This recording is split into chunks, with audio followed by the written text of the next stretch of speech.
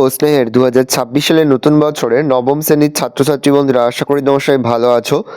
আজ আমরা যে বিষয়টি নিয়ে আলোচনা করব, নবম শ্রেণীর ফার্স্ট সেমিস্টার অর্থাৎ প্রথম পর্যায়ক্রমিক মূল্যায়নের ভূগোলের কোশ্চেন পেপার নিয়ে। দেখো সরাসরি স্ক্রিনে তোমরা নবম শ্রেণীর ফার্স্ট সেমিস্টার অর্থাৎ প্রথম পর্যায়ক্রমিক মূল্যায়নের ভূগোলের কোশ্চেন পেপারটা দেখতে পাচ্ছ। ফুল মার্কস তোমাদের রয়েছে 40, সময় তোমাদের রয়েছে 1 ঘন্টা 30 মিনিট। একে দাগে রয়েছে সঠিক উত্তর নির্বাচন করে লেখো যে কোনো 7টি প্রশ্নের মান 1 করে 1 × 7 = 7। পৃথিবীর পরিধি প্রথম নির্ণয় করেন অ্যারিস্টটল, কোপার্নিকাস, ম্যাগেলান, এরাটোস্থেনিস। পৃথিবীর নিরক্ষীয় ব্যাস আর মেরু ব্যাসের তুলনায় 24, 32, 52, 43 কিমি বেশি। সৌরজগতের নিকটতম ক্ষুদ্রতম গ্রহ হলো পৃথিবী, বুধ, শুক্র, শনি। বুধ বসন্তকালীন বিষুব বলা হয় 21শে মার্চ, 21শে জুন, 23শে সেপ্টেম্বর, 22শে ডিসেম্বর। 21শে মার্চ পৃথিবীর অক্ষটি কক্ষতলের সঙ্গে হেলে থাকে 66.5 কোণে। মহাবিষুবের দিন হলো 21শে মার্চ, 21শে জুন, 23শে সেপ্টেম্বর, 22শে ডিসেম্বর। 21শে মার্চ জ্ঞানই সকল সম্পদের সৃষ্টিকর্তা বলেছেন মিচেল। সম্পদ সৃষ্টির উপাদান অনুসারে মানবিক সম্পদের উদাহরণ হলো শ্রম শক্তি। কয়লা যে শক্তির সম্পদ তা হলো অপুনর্ভব। 2-এর কয়ে রয়েছে নিম্নলিখিত প্রশ্নগুলি শুদ্ধ হলে সু এবং অশুদ্ধ হলে অ লেখো যে কোনো 3টি প্রশ্নের মান 1 করে 1 × 3 = 3। পৃথিবীর মেরু ব্যাসের দৈর্ঘ্য 12,756 কিমি, এটা ভুল, তাহলে অশুদ্ধ লিখবো। শুক্র গ্রহটি পৃথিবীর যমজ গ্রহ নামে পরিচিত, ঠিক, তাহলে শুদ্ধ লিখবো। পৃথিবীর কক্ষপথটি বৃত্তাকার, এটা ভুল, তাহলে অশুদ্ধ লিখবো। জনসংখ্যা, মনুষ্য, বর্ষ ইত্যাদি হলো মানবিক সম্পদ, ঠিক, তাহলে শুদ্ধ লিখবো। ক্ষয় দাগের উপযুক্ত শব্দ বসিয়ে শূন্যস্থান পূরণ করা যে কোনো 3টি প্রশ্নের মান 1 করে 1 × 3 = 3। মেরু অঞ্চল অপেক্ষা নিরক্ষীয় অঞ্চলের বস্তুর ওজন ড্যাশ হয় কম। ড্যাশ একটি বহিস্থ গ্রহ বৃহস্পতি। আয়ন কথার অর্থ ড্যাশ হতে পথ। ড্যাশ একটি দুষ্প্রাপ্য সম্পদের উদাহরণ টিন, তামা। গয় দাগের হচ্ছে 2-1 কথায় উত্তর দাও যে কোনো 4টি প্রশ্নের মান 1 করে 1 × 4 = 4। ISRO ইসরোর পুরো নাম কি? Indian Space Research Organisation. ভারতের প্রথম কৃত্রিম উপগ্রহের নাম কি? আর্যভট্ট। নিরক্ষরেখায় পৃথিবীর আবর্তনের বেগ কত? 1674 কিমি/ঘন্টা। নিশি সূর্যের দেশ কাকে বলে? নরওয়ের হ্যামারফেস্ট বন্দরকে। সম্পদ সৃষ্টির উপাদানগুলি কি কি? প্রকৃতি, মানুষ ও সংস্কৃতি। ONGC সদর দপ্তর কোথায় অবস্থিত? উত্তরাখণ্ডে, দেরাদুনে। 3 দাগে রয়েছে নিচের প্রশ্নগুলির উত্তর দাও যে কোনো 3টি প্রশ্নের মান 2 করে 2 × 3 = 6। বহিস্থ গ্রহ কাকে বলে? সৌর পরিবারের যে সমস্ত গ্রহগুলি অন্তস্থ গ্রহগুলির চেয়ে অনেক দূরবর্তী স্থানে অবস্থান করছে তাদের বহিস্থ গ্রহ বলে, যেমন বৃহস্পতি, শনি, ইউরেনাস ও নেপচুন। দিগন্তরেখা কাকে বলে? কোনো ফাঁকা মাঠ বা কোনো উঁচু জায়গায় দাঁড়িয়ে চারদিকে তাকালে মনে হয় আকাশ বা ভূমি যেন দূরে এক জায়গা বরাবর বৃত্তাকারে মিলিত হয়েছে। এই রেখাকে দিগন্তরেখা বলে। যত উঁচু থেকে দেখা যায় বৃত্তাকার দিগন্তরেখার পরিধি তত বৃদ্ধি পায়। সূর্যোদয়ের আগে সূর্য দিগন্তরেখার নিচে থাকে এবং সূর্যাস্তের পর সূর্য দিগন্তরেখার নিচে চলে যায় বলে আমরা সূর্যোদয়ের আগে ও সূর্যাস্তের পরে সূর্যকে দেখতে পাই না। সৌর বছর কি? পৃথিবী সূর্যকে সামনে রেখে নিজ মেরুদণ্ডের ওপর ঘূর্ণায়মান হয়ে একটি উপবৃত্তাকার কক্ষপথে সূর্যকে একবার পূর্ণ প্রদক্ষিণ করতে সময় নেয় 365 দিন 5 ঘন্টা 48 মিনিট 46 সেকেন্ড বা 365 দিন 6 ঘন্টা। একে বলে সৌর বছর। উষা ও গোধূলি কাকে বলে? উষা সূর্যোদয়ের ঠিক আগে সূর্যালোক বায়ুমণ্ডলের ধূলিকণা দ্বারা প্রতিফলিত হয়ে পূর্ব আকাশে যে ক্ষীণ আলো সৃষ্টি করে তাকে উষা বলে। এই সময় সূর্যের দিগন্তরেখা থেকে 18 ডিগ্রি নিচে অবস্থান করে। গোধূলি সূর্যাস্তের ঠিক পরে বায়ুমণ্ডলীয় ধূলিকণা দ্বারা সূর্যালোক প্রতিফলিত হয়ে পশ্চিম আকাশে যে ক্ষীণ আলো সৃষ্টি করে তাকে গোধূলি বলে। নেক্সট, সম্পদ সংরক্ষণ বলতে কি বোঝো? অধ্যাপক জিমারম্যানের মতে আগামী প্রজন্মের জন্য বর্তমান প্রজন্মের ভোগের নিয়ন্ত্রণকে সংরক্ষণ বলে। এই অনুসারে ভবিষ্যৎ প্রজন্মের চাহিদা পূরণ ও দীর্ঘস্থায়ী উন্নয়নের উদ্দেশ্যে সম্পদকে ব্যয়ীভাবে যথোপযুক্তভাবে ও বিজ্ঞানসম্মত উপায়ে ব্যবহার করাকে সম্পদ সংরক্ষণ বলে।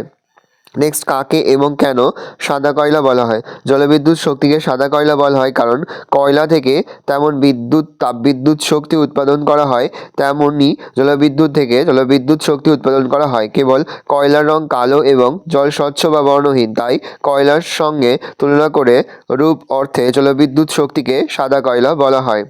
নেক্সট রয়েছে 4 দাগে নিচের প্রশ্নগুলির সংক্ষিপ্ত ব্যাখ্যামূলক উত্তর দাও যে কোনো 3টি প্রশ্নের মান 3 করে 3 × 3 = 9। জিওড বলতে কি বোঝো?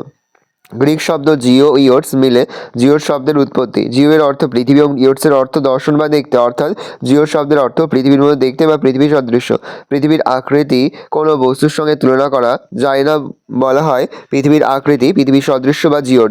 জিওড শব্দটি প্রথম ব্যবহার করেন বিজ্ঞানী জোহান বেনেডিক্ট লিস্টিং। জিপিএস কি? জিপিএস এর পুরো কথাটি হলো গ্লোবাল পজিশনিং সিস্টেম, যার দ্বারা মানুষের তৈরি 24টি কৃত্রিম উপগ্রহের সাহায্যে ভূপৃষ্ঠের ওপর কোনো স্থানের অবস্থান নির্ণয় করা যায়। জাহাজ চালানো থেকে শুরু করে মিসাইল উৎক্ষেপণ সবেতেই সঠিক দিশা ও নির্ভুল নির্দেশ দিতে জিপিএস এর ব্যবহার করা হয়। আমেরিকা যুক্তরাষ্ট্রের প্রতিরক্ষা বিভাগ প্রথম জিপিএস চালু করে। বর্তমানে জিপিএস হ্যান্ডসেট দ্বারা মানচিত্র প্রস্তুত, জরিপ কার্য, টোপো ম্যাপ তৈরি, মৌজা ম্যাপ তৈরি, ইঞ্জিনিয়ারিং সার্ভে, শহর পরিকল্পনা সম্ভবপর হয়েছে। নেক্সট, অপুষ্ণ অনুসর অবস্থা বলতে কী বোঝো? সূর্য থেকে পৃথিবীর গড় দূরত্ব প্রায় 15 কোটি কিলোমিটার হলেও পৃথিবীর বৃত্তাকার কক্ষপথের একটি নাভিতে সূর্য অবস্থান করায় পৃথিবী থেকে সূর্যের দূরত্বে হ্রাস বৃদ্ধি ঘটে। এটি বোঝানো হয় অপুষ্ণ অনুসর অবস্থান দিয়ে। যেমন অপুষ্ণ অবস্থান পরিক্রমার সময় 4 জুলাই পৃথিবী থেকে সূর্যের রৈখিক দূরত্ব বৃদ্ধি পেয়ে দাঁড়ায় প্রায় 15 কোটি 20 লক্ষ কিমি। এই দিনটিকে অপুষ্ণ অবস্থান বলে। অনুসর পরিক্রমার সময় 23 জুলাই পৃথিবী থেকে সূর্যের রৈখিক দূরত্ব কমে দাঁড়ায় 14 কোটি 70 লক্ষ কিমি। এই দিনটিকে অনুসর অবস্থান বলে। চিত্র দেখে ওই চিত্র তোমাদের আঁকতে হবে। নেক্সট রয়েছে দক্ষিণ ভারতের নদীগুলি জলবিদ্যুৎ উৎপাদনের পক্ষে অনুকূল হওয়ার কারণ বর্ণনা করো। দক্ষিণ ভারতে জলবিদ্যুৎ কেন্দ্র স্থাপনের সুবিধা। 1. বন্ধুর ভূমিরূপ। দক্ষিণ ভারতে ভূমিরূপ যথেষ্ট বন্ধুর প্রকৃতির হওয়ায় এখানকার নদীগুলি বেশ খরস্রোতা, তাই এখানে জলবিদ্যুৎ কেন্দ্র স্থাপন সহজসাধ্য। কঠিন শিলাস্তর। দক্ষিণ ভারতের বেশিরভাগ অঞ্চলে শিলাস্তর প্রাচীন আগ্নেয় শিলায় গঠিত হয়। অঞ্চলটি যেমন স্থিতিশীল তেমন স্বল্প ভূমিক্ষয় সম্পন্ন। 3. জলাধার নির্মাণের সুবিধা। দক্ষিণ ভারতে অপ্রবেশ্য শিলাস্তর থাকায় এখানে বিশাল জলাধার নির্মাণ করার সুবিধা রয়েছে। ফলে এই জলাধারের বৃষ্টির জল ধরে রেখে সারা বছরে জলবিদ্যুৎ উৎপাদন করা হয়। 4. স্বল্প ভূমিক্ষয়। দত্ত মালভূমি কঠিন শিলা দ্বারা গঠিত, সহজে ক্ষয় হয় না। এটা প্রিন্টিং মিস্টেক আছে, ঠিক করে নেবে। সহজে ক্ষয় হয় না, ফলে এখানে নদীর জল যেমন পলিমুক্ত তেমন নদী বাঁধগুলিও সুরক্ষিত থাকে। 5. অন্যান্য শক্তি সম্পদের অভাব। দক্ষিণ ভারতে কয়লা, খনিজ তেল, প্রাকৃতিক গ্যাস প্রভৃতি অন্যান্য শক্তি সম্পদের অভাব থাকায় জলবিদ্যুৎ কেন্দ্র স্থাপন এখানে অত্যন্ত লাভজনক। বিপুল চাহিদা। দক্ষিণ ভারতে বিভিন্ন শিল্পক্ষেত্র, বিশেষত ইলেকট্রনিক শিল্পে এবং আধুনিক নগর ও শহর পরিকল্পনাগুলিতে জলবিদ্যুতের বিপুল চাহিদা রয়েছে। সালমুদ্দল বিনিয়োগ। স্বাধীনতা লাভের পূর্বেই দক্ষিণ ভারতের রাজ্যগুলি জলবিদ্যুৎ উৎপাদনের জন্য প্রচুর অর্থ বিনিয়োগ করে, ফলে প্রাথমিক মূলধনের কোনো অভাব ঘটেনি। পরের প্রশ্ন, বর্তমান ভারতে অচিরাচরিত শক্তি উৎপাদনের ওপর অধিক গুরুত্ব দেওয়া হচ্ছে কেন? উত্তর লিখবে, বর্তমানে ভারতের চিরাচরিত তাপবিদ্যুৎ, জলবিদ্যুৎ ও পারমাণবিক বিদ্যুৎ অপেক্ষা অচিরাচরিত শক্তি থেকে বিদ্যুৎ উৎপাদনের উপর অধিক গুরুত্ব দেওয়া হচ্ছে। কারণ 1. ক্ষয়িষ্ণু শক্তি সম্পদ। কয়লা, খনিজ তেল, প্রাকৃতিক গ্যাস, পারমাণবিক খনিজ ব্যবহারের ফলে দ্রুত নিঃশেষিত হয়ে যাচ্ছে, তাই জলবিদ্যুৎ উৎপাদনে সৌরশক্তি, বায়ুশক্তি, ভূতাপ শক্তি প্রভৃতির ওপর নির্ভরশীলতা বৃদ্ধি পাচ্ছে। 2. অপরন্ত অচিরাচিত শক্তি। অচিরাচিত শক্তি সম্পদগুলি ব্যবহারের ফলে শেষ হওয়ার কোনো সম্ভাবনা নেই, তাই এর গুরুত্ব বৃদ্ধি পাচ্ছে। 3. পরিবেশ দূষণ কম। অচিরাচিত শক্তি সম্পদগুলি ব্যবহারের ফলে পরিবেশ দূষণ হয় না, তাই এই পরিবেশ বান্ধব সম্পদ ব্যবহারে অধিক গুরুত্ব দেওয়া হচ্ছে। সীমিত জলবিদ্যুৎ। জলবিদ্যুৎ পরিবেশ বান্ধব ও প্রবাহমান সম্পদ হলেও ভারতে অর্থ ও সঠিক পরিকল্পনাভাবে এর উৎপাদন সীমিত। ব্যয় কম, দাম কম। এই বিদ্যুৎ কেন্দ্র স্থাপনের ব্যয় বেশি হলেও পরবর্তীকালে উৎপাদন খরচ খুব কম, ফলে এই বিদ্যুতের বাজার মূল্য অনেক কম। 6. সহজলভ্য। অচিরাচিত শক্তি উৎসগুলি সর্বত্র সহজলভ্য এবং এর পরিবহন খরচ তেমন নেই, ফলে আমাদের দেশে অচিরাচিত শক্তি সম্পদের ব্যবহারিক গুরুত্ব ধীরে ধীরে বৃদ্ধি পাচ্ছে। 5 দাগে রয়েছে নিচের প্রশ্নগুলি থেকে যে কোনো একটি প্রশ্ন দেওয়া। প্রশ্নের মান 5। পৃথিবীর আবর্তন গতির ফলাফল আলোচনা করো। দেখে নাও, আমি আর মুখে বলছি না, আস্তে আস্তে স্ক্রল ডাউন করছিল, কিন্তু অবশ্যই ভিডিও থামিয়ে বা স্ক্রিনশট নিয়ে কিন্তু সম্পূর্ণ উত্তর দেবে, খাতায় নোট ডাউন করে নেবে। 1 দিয়ে পয়েন্ট করবে দিন রাত্রি সৃষ্টি।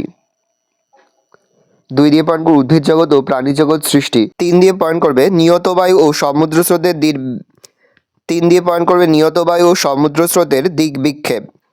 4 দিয়ে পয়েন্ট করবে জোয়ার ভাটার সৃষ্টি। 5 দিয়ে পয়েন্ট করবে দিক নির্ণয়। 6 দিয়ে পয়েন্ট করবে সময় গণনা। ভালো করে দেখে নাও। 7 দিয়ে পয়েন্ট করবে পৃথিবীর আকৃতির ওপর প্রভাব। 8 দিয়ে পয়েন্ট করবে অন্যান্য প্রভাব। নেক্সট কোশ্চেন 2 নম্বর, পূর্ব ভারতে অধিকাংশ তাপবিদ্যুৎ কেন্দ্র গড়ে ওঠার কারণগুলি লেখো। খুবই গুরুত্বপূর্ণ একটা প্রশ্ন। 1 দিয়ে পয়েন্ট করে পর্যাপ্ত কাঁচামাল। 2 দিয়ে পয়েন্ট করে বিকল্প শক্তি সম্পদের অভাব। 3 বিদ্যুতের ব্যাপক চাহিদা। 4 উন্নত পরিবহন ব্যবস্থা। 5 সুলভ ও দক্ষ শ্রমিক। 6 অন্যান্য কারণ।